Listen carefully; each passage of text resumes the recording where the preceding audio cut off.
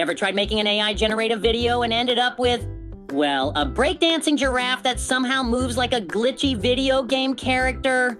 Yeah, motion in AI-generated videos has been a mess. But today, we've got something new, VideoJAM. The problem is that video models optimize for pixel accuracy but ignore motion. They reconstruct each frame well, but the movement between frames, pure chaos. VideoJAM fixes this by introducing a joint appearance motion representation. In this paper, instead of treating motion as an afterthought, VideoJAM predicts both pixels and motion vectors using optical flow.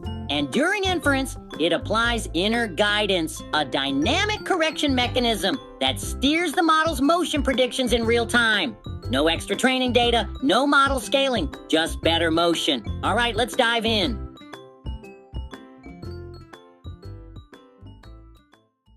Let's start by looking at how motion in video generation has evolved.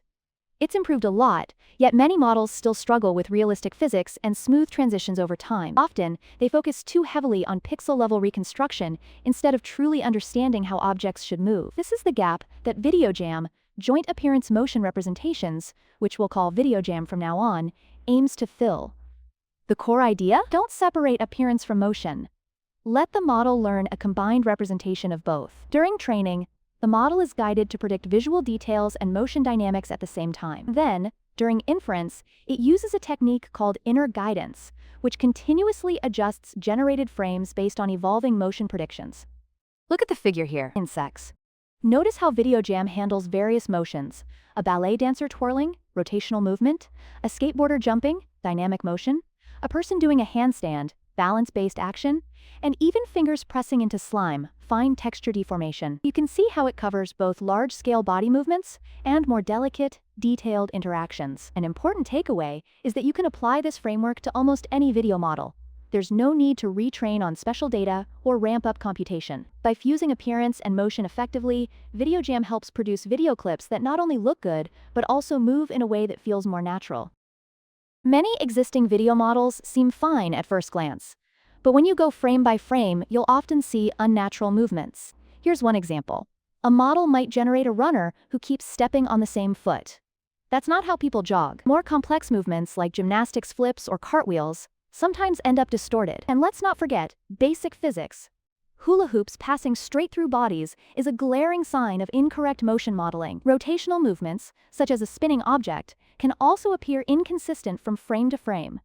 This paper introduces VideoJAM to fix such issues. The model learns a joint understanding of appearance and motion, rather than separating them. During training, it's nudged to predict motion, together with how each frame should look. Then, at inference, inner guidance steps in to keep motion predictions aligned over time. There are extensive experiments showing how VideoJAM upgrades motion consistency across different resolutions and action types. And here's the practical part.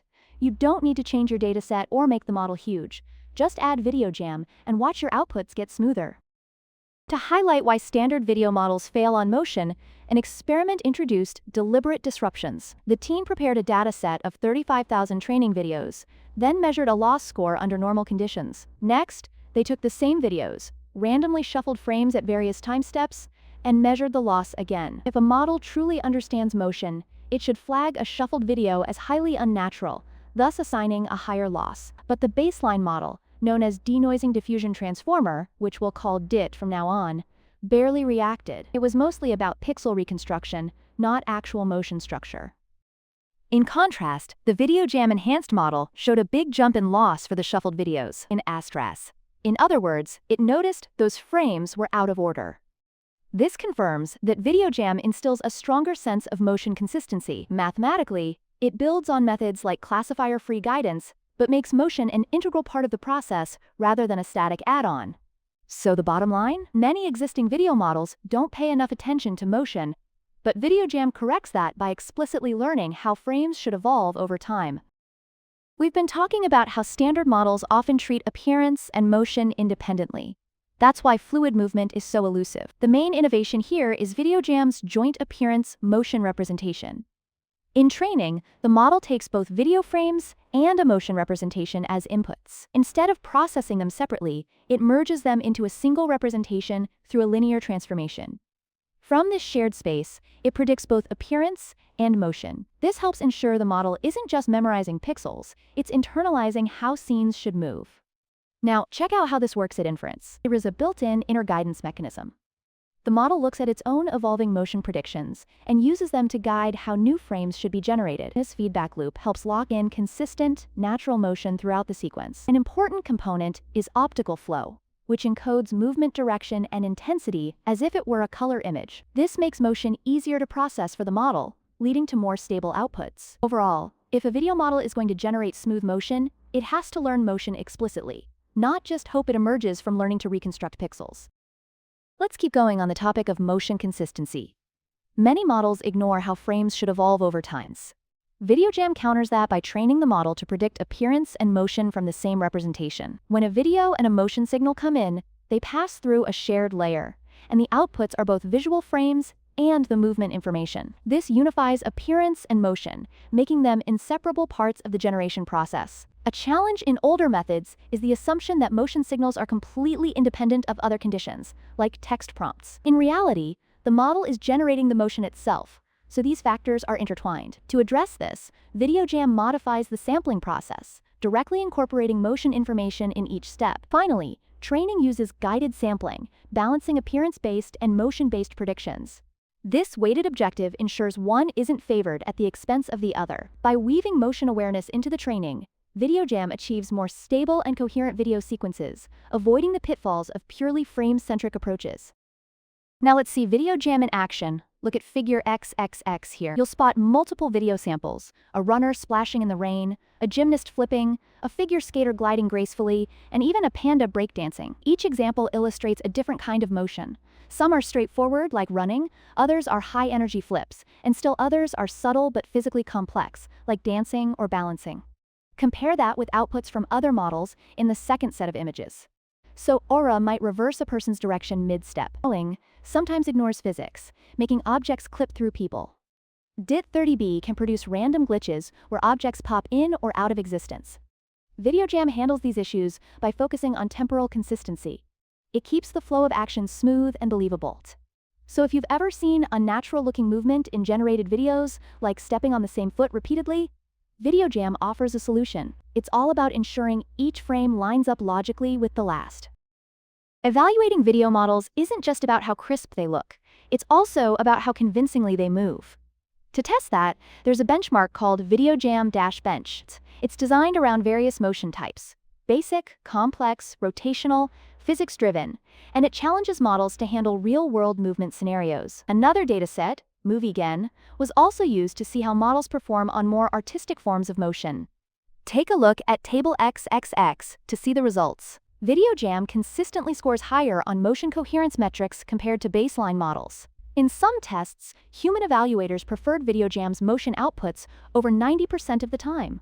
Why? Because other models can produce flashy visuals, but often slip up on the details of how objects should move from one frame to the next, leading to jittery or outright incorrect motion. Both automated and human assessments back up this claim.